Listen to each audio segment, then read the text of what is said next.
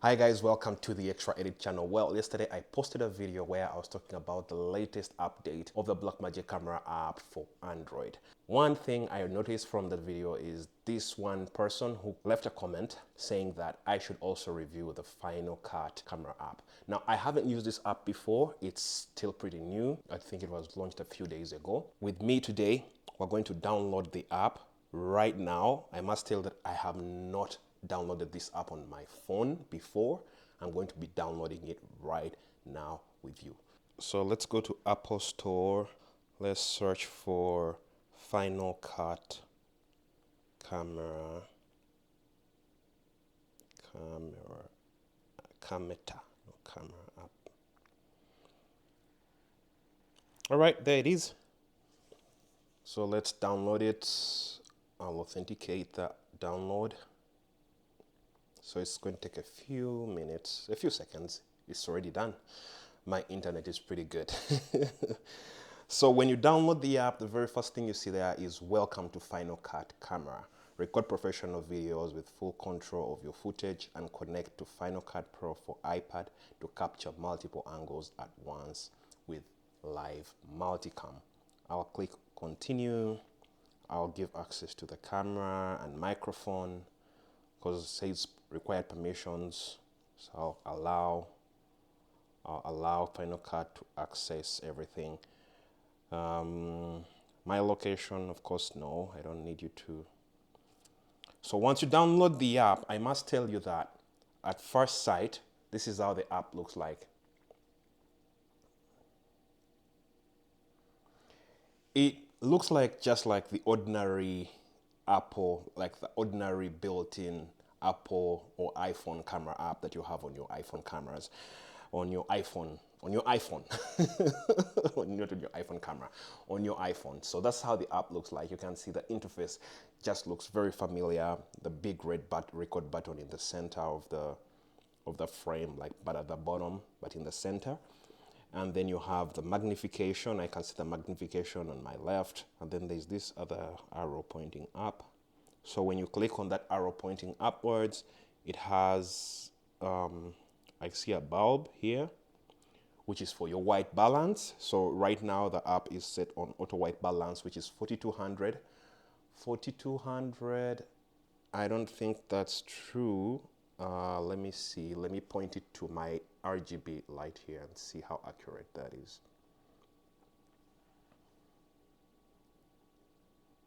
Yeah, pretty close. Pretty close. Actually, I like the reading of its white balance reading because my RGB light up here is at 5000 Kelvin. And when I point it right there, it reads 5000 Kelvin. That is so good. That is so good. So it has your white balance settings. It has auto. I can click on auto. And then when you click on auto on the right hand side, you have the auto setting. It has the fixed with F there. Then it has the daylight, which is 5600 Kelvin, the shadow 7000 Kelvin, cloudy 6K, tungsten 3200, fluorescent 4K, and lastly we have the flash, which is 5500. So when you go through all these settings, that is for the white balance setting. So you have to click on that arrow once again. That now, when you open the app for the very first, when you open the app for the first, when you open the app for the first time, that arrow on the right is facing up. So when you click on it, it now faces down, but it has items below it, which is the white balance on the left. It has 4 items. Let me see if you can scroll left and right. No, you can't scroll. So it has 4 items under the drop down, which is the white balance, which we just checked out a few seconds ago, and then it has this plus minus, which I guess is the exposure. So this is the exposure. On far left it has the word exposure, and far right it has the word auto. So when you click auto, you can switch between manual and auto shutter, or auto exposure, because under exposure we have the ISO and we have the shutter speed. So those are, if you remember the exposure triangle, you have your ISO, shutter speed, and aperture. So that's the exposure triangle. But in this case, because these phones have a fixed aperture for each lens, so the main lens of the iPhone 12 Pro, I think, is aperture 1.7, if I remember. I think it's 1.7. I'll put the numbers up for you. So the aperture for the main lens or the main camera on the iPhone, for example, right now I'm using the 12 Pro, I think the aperture is 1.7. And that is a 16 millimeter lens. No, it's the 26 millimeter lens. Yeah, 26 millimeter lens f 1.7. But as you know, because smartphones are fixed lenses with fixed apertures, so you really can't do much. That's why on the app here, the Finalcut camera app, you only have shutter speed and ISO, which are the only parameters you can control when filming using an iPhone or any other phone, let's say. So you have your shutter speed. Right now it's saying manual, but it's set at 1/48 of a second. And up top, like on top of the frame, right up here, we have, it shows that it's recording HAVC, which is the high efficiency video codec, like, from Apple. And then we have the HDR.4K 30 frames per second. So I guess that is the codec, and I guess that's the codec in which the camera is set at when you open it for the very first time.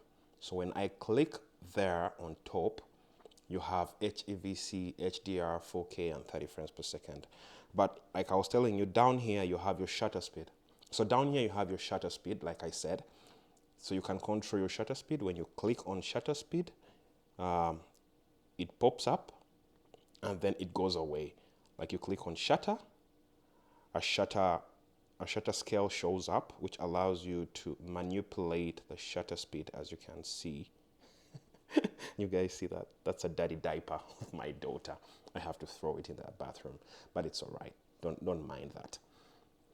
So what I was saying is,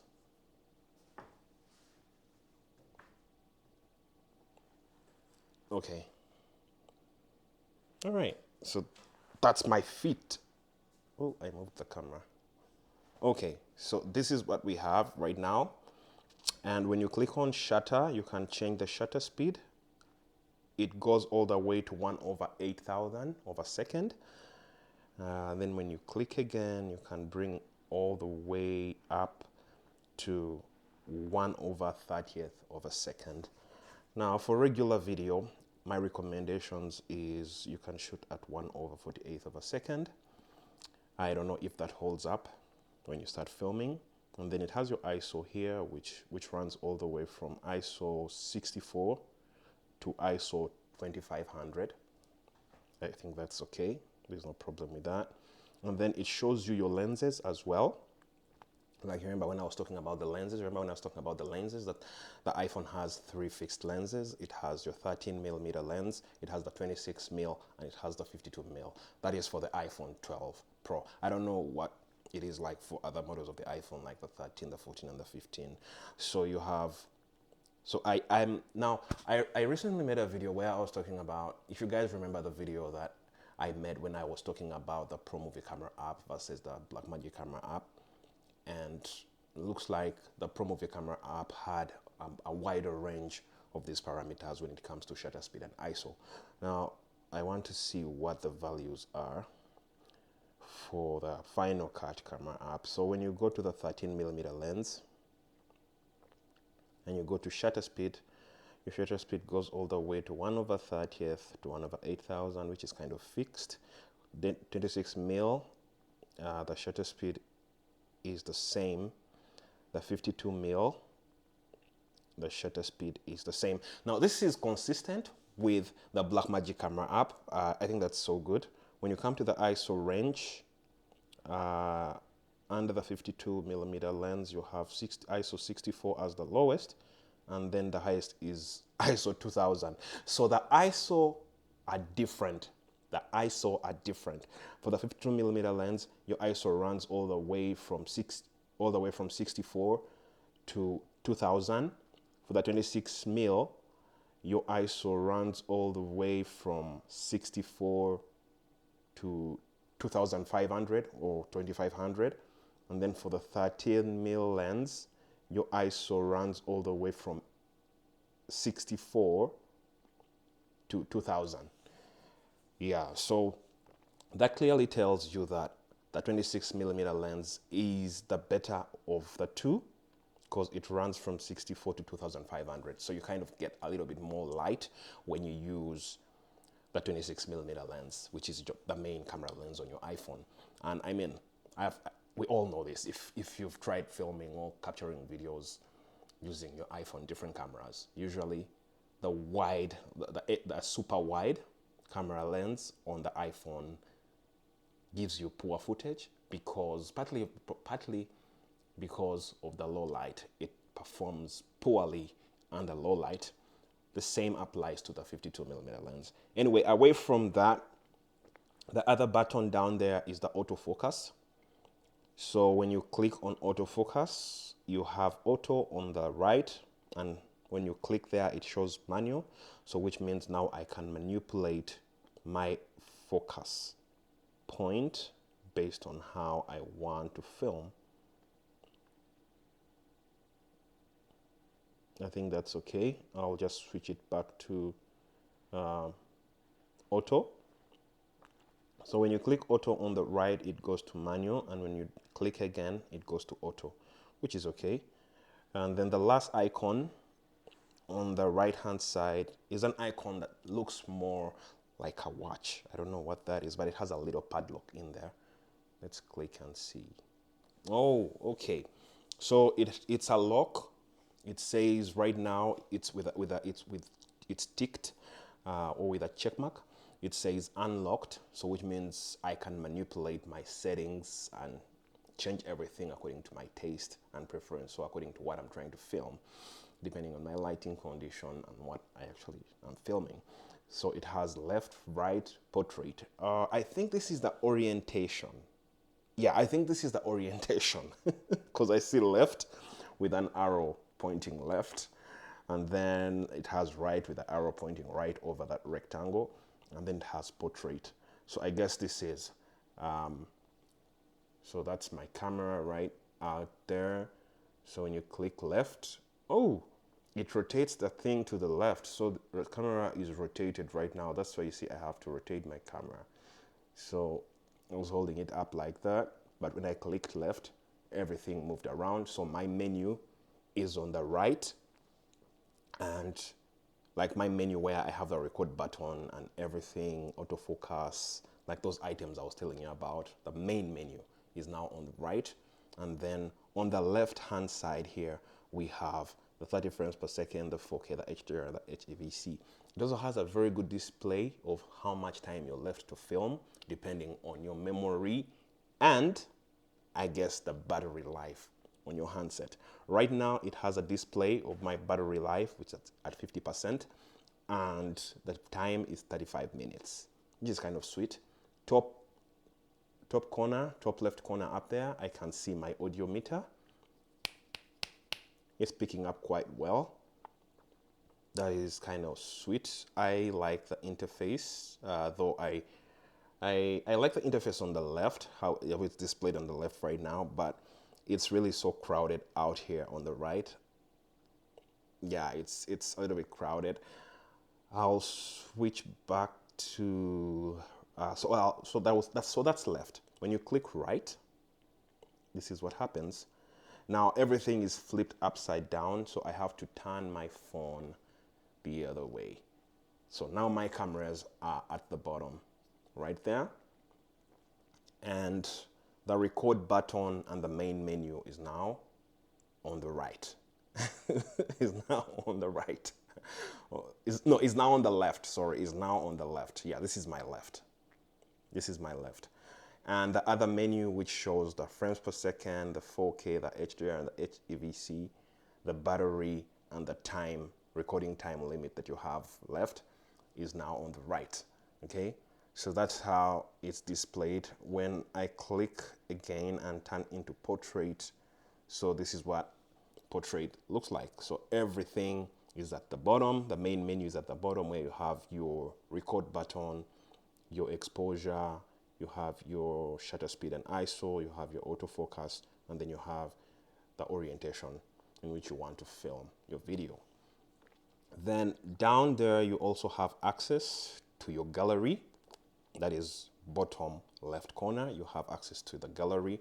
And then bottom right, you have the button that allows you to switch between your rear facing camera and your front facing camera. So I'll just click that.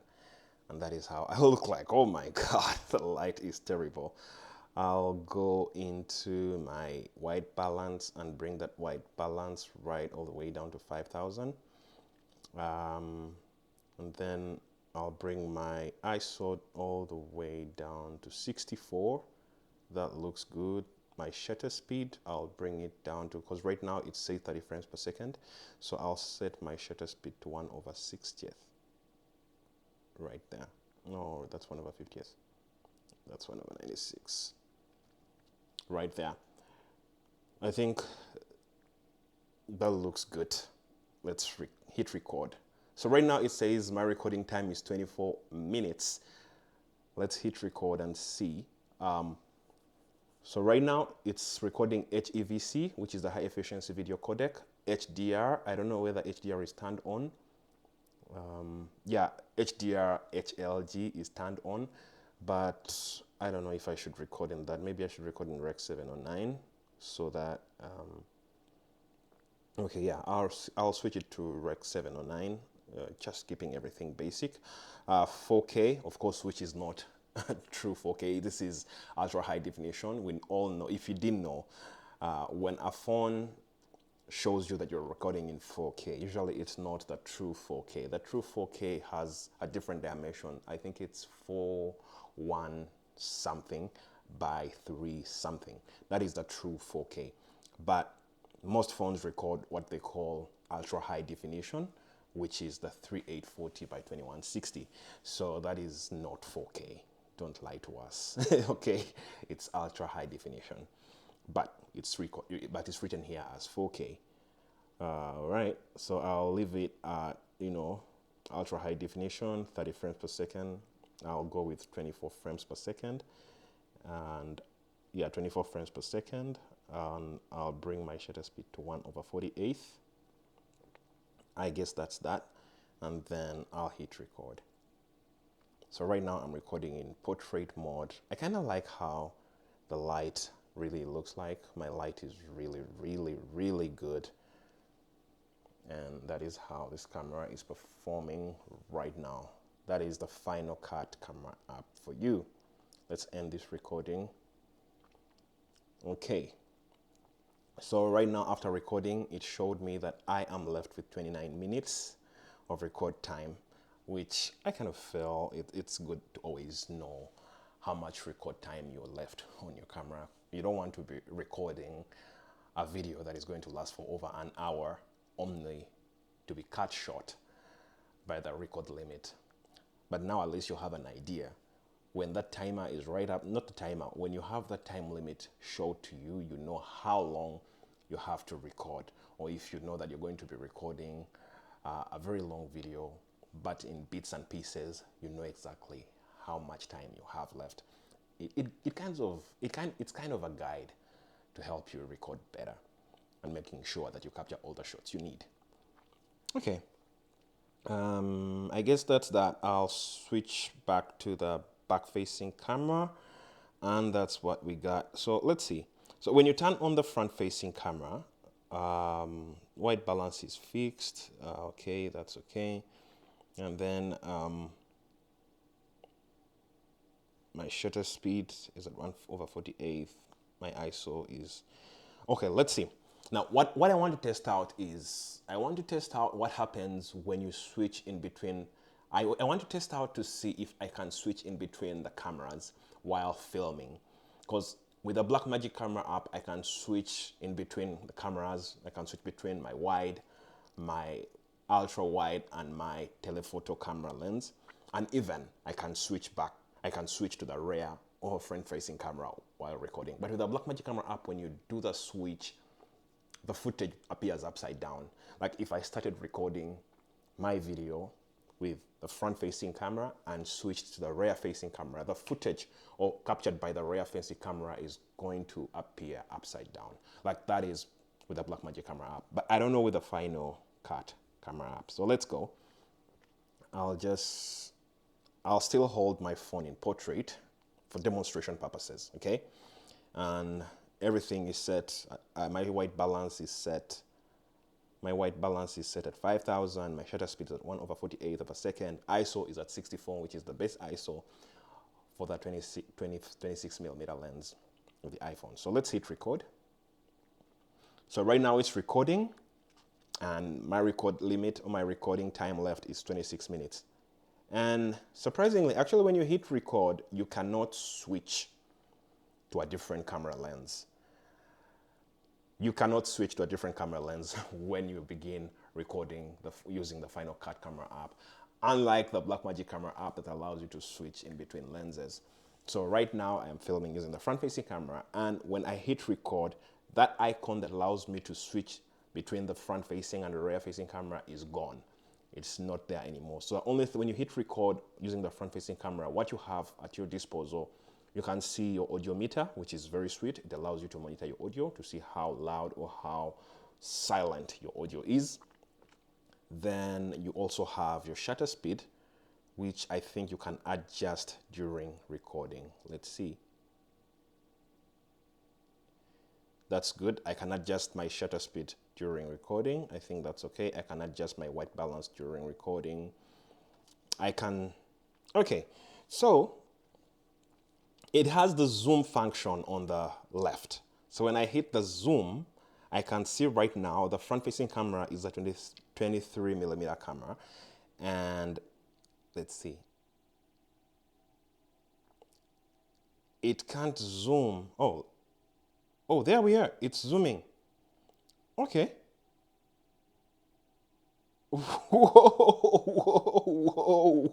Okay, now right there, I have zoomed all the way to 10 times zoom on the front-facing camera. But the only downside here is when you try to move the zoom, when you try to move the little icon on the scale, it kind of pushes back. Like when you pull that pointer to the left, it zooms out, but it doesn't stay in place. For example, if I'm moving that meter to the right, if I'm moving that meter to the left, it moves, but when I release, it just falls back. So that was why I was getting confused. I was like, what's going on? But then I realized when I was looking at the video itself, it was zooming in. So there is a number on the left. Right now it's at 1x. And on the right, it shows 23 millimeter. So when I move that reading to the right, it zooms all the way in. But then it drops back. That's a little bit confusing. So you have to make sure that you look at the video that you're capturing and also look at the number on the left. That's a little bit confusing. And then it goes and then it drops back, you pull it, and then it drops back, you pull it, and then it drops back. I think for me with this feature, I think what Blackmagic should do, I'll just end the recording. I think what Blackmagic should, I'm sorry guys, I'm so obsessed with the Blackmagic camera app. I think what Finalcut should do is to make sure that this meter here, when you click on this meter, dragging it left or right, maybe it should have some hepatic sounds to it, like hepatic vibrations. Are they called hepatic vibrations? And also it should be held in place.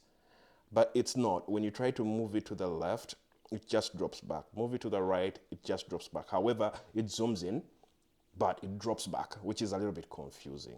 Just let it do what it's expected to do. Like I'm zooming it in, I'm moving it to the left. Let it stick to the left, not drop back. It confuses my brain. Like, oh, it's not. Why is it going that way and coming back, right? Yeah. Okay. So that's the zoom feature. I'll bring it all the way down to 1 times or 1x. And how about the rear facing camera? Okay, so that's the rear facing camera. And right now I am at 26 mil. I'm going to hit record. So it's recording using the 26 mil. Like I told you, when you hit record, all the menu disappears. You're only left with the record button, the zoom button, and then you have the little drop down. When you click there, you can switch. You can change your ISO and shutter speed when you hit record. So right now I just hit record without setting anything, and it is showing me that my shutter speed is at 1/50th. I don't know why it's 1/50th. ISO is at 64, and my white balance is at 5,000, which is fixed. Let's see. Why can't I fix? Why can't I fix? Okay. So I've set the exposure to auto. So right now it's at 0. And when I click manual, it goes back to 48. That's crazy. So when I click the shutter, when I click the exposure button, it shows me the shutter speed, which is 1/48th. But remember, when I started recording, it was showing 1/50th. So after clicking manual and auto, now it's at 1/48th of a second. And ISO is at 250. I guess that is auto. When you hit manual, you only have exposure, nothing else. You have exposure and nothing else. You have an exposure scale, which you can just move up and down. That is up, and this is down, the negatives.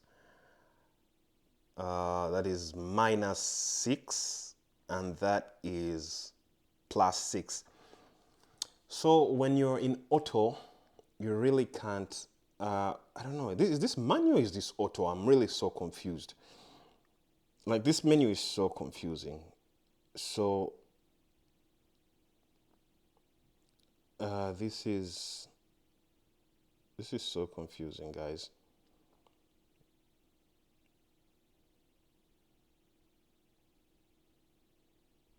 Okay, this is exposure at 0. And when you click auto, so my shutter speed is at 1/48th, ISO is at 250. I guess this is auto, right? And then when you click manual, exposure, you don't have access to your shutter speed, you don't have access to the ISO. All you have is just exposure to the exposure scale. That's it, which runs all the way from -6 to +6. So you have no control over your shutter speed, no control over your ISO. That is when you're in auto. And then when you click manual is where you have your shutter speed, which is 1/48th, and ISO is at 250. I guess when you hit record for the very first time, it automatically sets this. I'm not quite sure. I'm yet to explore that. I'll just end the recording. And yeah, I kind of feel there is room for improvement. And yeah, remember I switched my color space, or my color space. I switched my color space, or my color format, to Rec 709. You guys remember that? I said I switched it to Rec 709, but it recorded in HDR HLG. That's nuts. Why does it do that?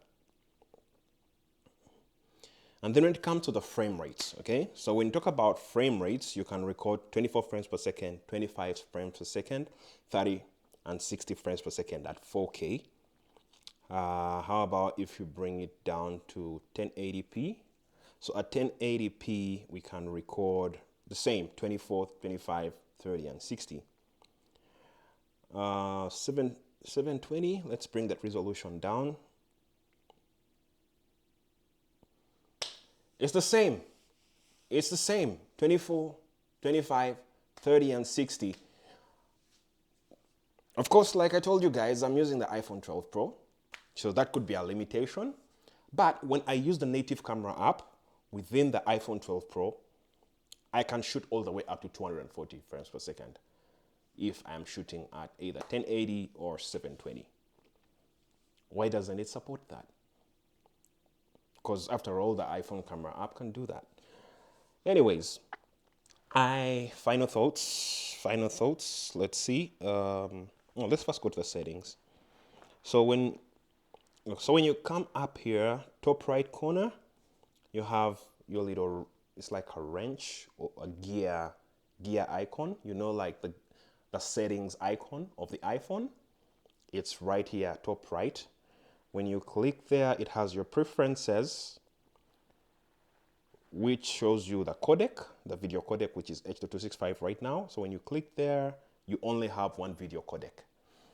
That is H.265, which is the HEVC, high efficiency video format or video codec. And then under your format, which is of course your resolution, you have the 720 HD, and then you have 1080 HD, and then you have your 4K. Under there, you have your frame rates, which is the 24, 25, 30, and 60. And then there's a message down there that's saying frame rate options change depending on the frame size, color, and dynamic range. So down there, they're saying not supported with HDR, HLG is 120 frames per second and 240 frames per second. Okay, so which means if I switched to Rec 709, then I'm likely to shoot up to 240 frames per second. I'm likely to shoot all the way from 120 frames per second to 240 frames per second. That is if I am shooting at Rec 709. Let me switch that and see. And I'll switch that up and see. So also you have preferences, just gone through that. Under that you have your stabilization. I was actually wondering, I was like, where is the stabilization icon? So you can turn stabilization on and off. I'll leave it on off right now. You can mirror your camera. Mirroring,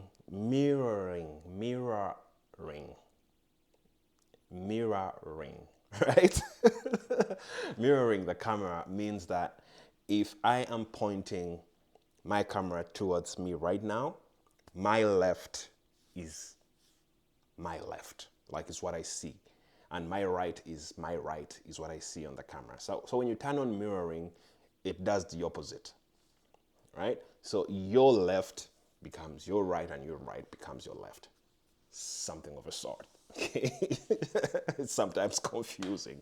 But yeah, that's what happens. Like when you turn on mirroring on your, like the native camera app and you take a picture, so what you see, usually the picture is flipped the other way around. Okay. So if I was holding my phone from the left and I took a picture with mirroring on, when I actually come to preview that picture, it's going to appear the other way around, like I took it from the right. So that's what mirroring does. So you have tools. Let's see under tools. Under tools, you have your composition, which is the grid overlay, aspect ratio, aspect ratio guide, which you can turn on and off. So under the grid, you can turn on the square or the 4:3, which is like the standard. And then you have under your exposure and focus, you have overexposure indicator. That is kind of sweet. It allows you to know that you were actually overexposing your video. Focus peaking, I don't use that a lot because smartphones are okay when it comes to autofocusing. Like their autofocus is okay, they recognize subjects, and as long as the subject is closer within a certain proximity to the lens, usually autofocus is alright, is okay. And then when you have your audio, it has source device. That's what it has as my audio input source. Okay, so let's go back to color and dynamic range. It says log is available when Apple Res is on. It captures increased dynamic range, shadows, and highlights, which offers additional editing flexibility. Log will appear flat, gray, before editing. That's expected for those that do not know about log, Apple log, or all these log profiles on even professional cameras like the Sony A6700 like I'm using right now. So log is just, it comes from mathematics, like a logarithm. It's a logarithmic kind of graph that allows you to manipulate this footage later on in post. So the footage usually appears very flat. And because it has like predetermined mathematical values that you can easily manipulate using your editing suite. So that's what happens. I can tell you right now, my phone is heating up. It's warming up. It can actually cook tea right now. Anyway, I'll switch my color space to HDR and see if I can shoot at a higher frame rate. So I have focus peaking on. I'll just go back to my tools and turn that off. I'll leave my exposure indicator on. Yeah, I can see exposure indicator. So when you turn on the exposure indicator, you have like, they're like zebras, like what we have on the Sony camera. So when that part is overexposed, you kind of have zebras. They are like diagonal lines, black and white, black and white. They're actually not black and white. Are they black and white?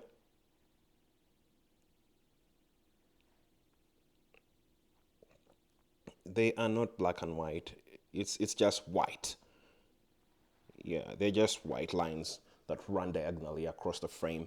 So in an area that is overexposed, that's what happens. You have those zebras, which allow you to know whether your image is overexposed or underexposed.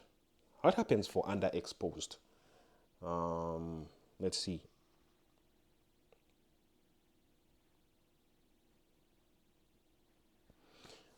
Anyway, it does not have for underexposed. It only has for overexposure, like they said in the app, overexposure indicator. So it only indicates when items are overexposed, but it would have been nice if they also had an underexposure indicator to let you know that your image is not well exposed, so you can bring up the light a little bit more to have a more decent image. Yeah, for me, that's what I think that could be improved. So let's see. I have switched my color space to HDR, SDR, which is the standard dynamic range, SDR, and 720. Let's see how many frames we can capture. So when you are in SDR, which is the standard dynamic range, you can go up to 240 frames per second, which is just like what you would do with the iPhone native camera app. Now this one is not available. It's not available on the Blackmagic camera app. I have tried it before. I have switched my color space to something different, but I have never been successful with getting higher frame rates with the Blackmagic camera app. I could be wrong. Let me see. Color space, bring it to Rec 709, and yeah, Rec 709. Let's go to the camera. Let's see the frame rate. Yeah, with the Blackmagic camera app, no matter what you do, the highest you can go to is 60 frames per second on the iPhone 12 Pro. I don't know what it is like for people that use the iPhone 13, 14, 15, and even the iPhone 16 that will come out in the next few months, right? Apple just being Apple, making money off you guys. I don't know if anyone needs a new Apple phone. It really beats my understanding. Like, do you really need a new iPhone? I don't think I do. I don't think I do need a new iPhone. Anyways, that's Finalcut Pro.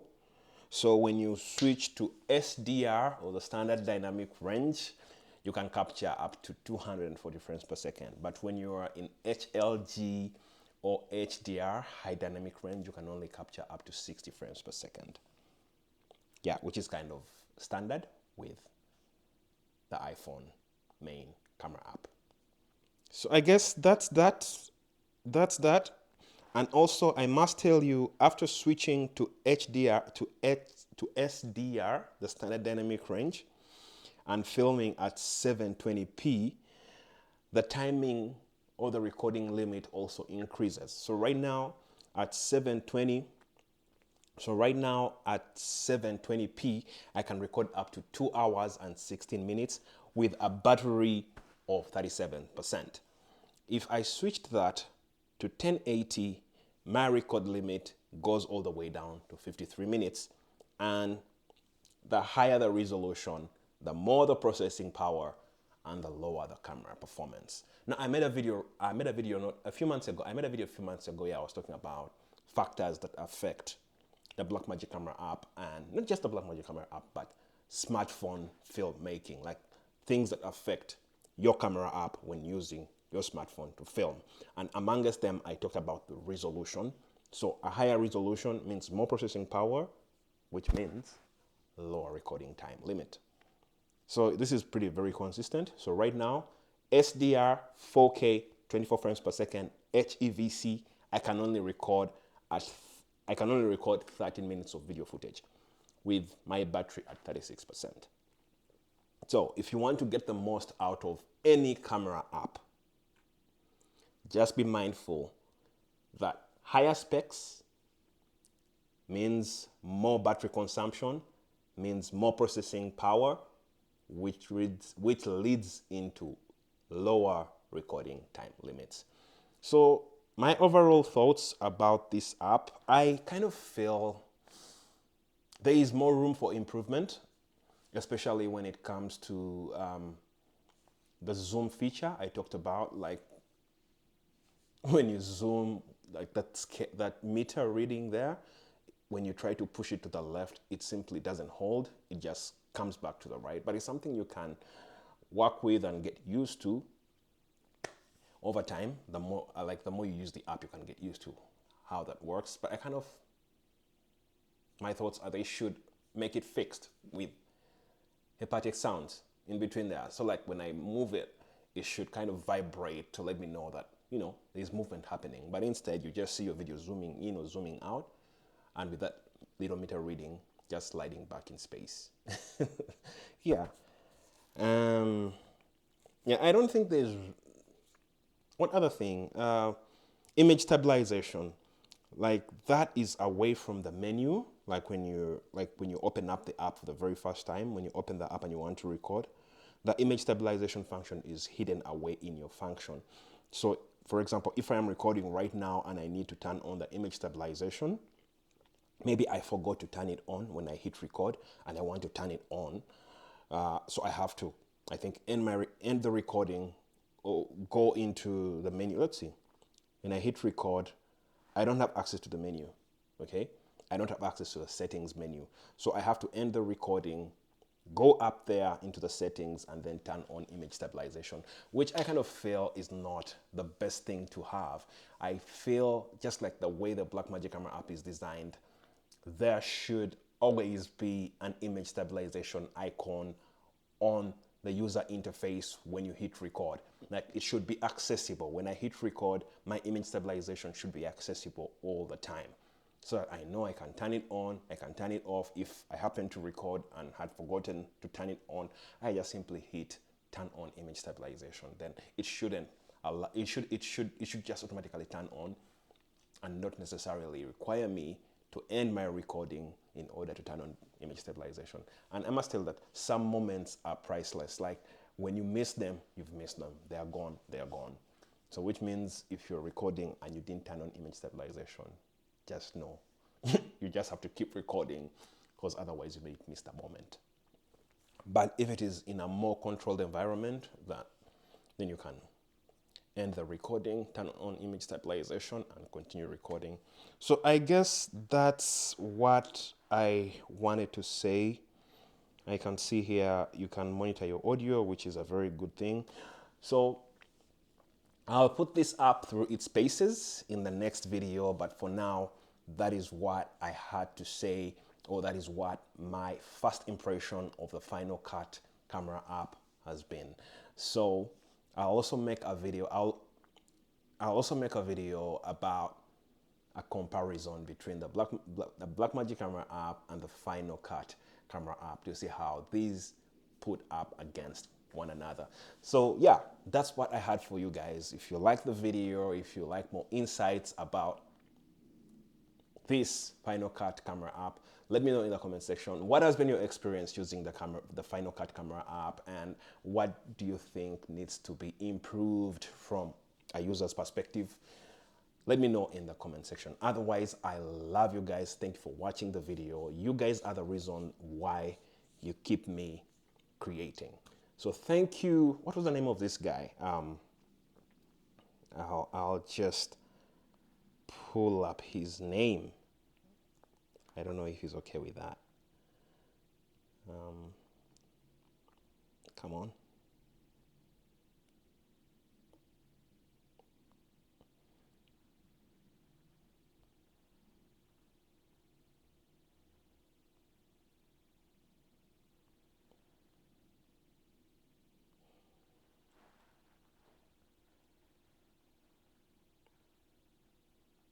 Why is it saying no comments?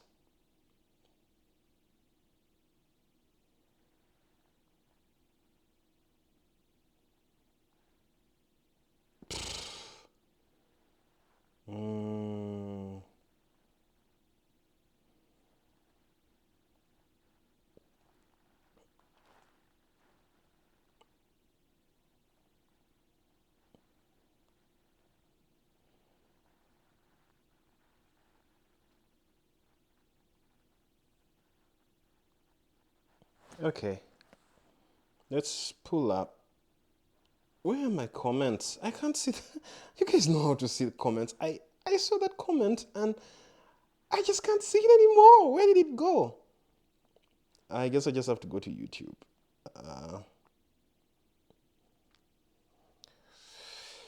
Let's go to YouTube. Let's go to YouTube. Click on the video. Okay, I'll pause that.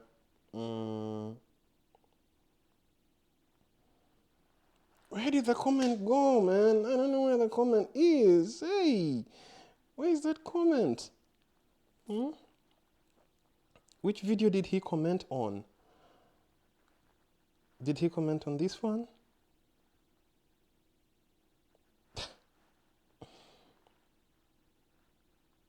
Engagement. Like when audience. Oh man, like why is it when you go to the Creator Studio app and you go to engagement, YouTube only shows you watch time, average view duration, average retention, audience retention, likes and dislikes. But I guess comments are sort of engagement. So why can't I see the comments under a video under the engagement section in the YouTube Creator Studio? I'm looking for that comment on that particular video. I really can't see it. I know someone left a comment. I wanted to give a shout out to this person, but I'm sorry. I can't see the comment on. I don't know which video you commented on, my dear. I don't know. Which video was it? Which video did he comment on? Okay, all right. Okay, I had to go to YouTube to get this comment. So this was a video about the latest updates on the Blackmagic camera app, and this guy commented 7 hours ago. His name is Digilani, Digilani Monsef. Digilani Monsef. Man, shout out to you, man. Like, just keep doing what you're doing. Yeah, I don't know whether this is his official YouTube account. Yeah, but shout out to you for bringing this to my mind about the Final Cut camera app. Yeah. Anyways, yeah, thanks for passing by and God bless you, my man. So yeah, thank you guys for watching today's episode. I love you, and don't forget to say hi to your mom. I'm out of here. Peace.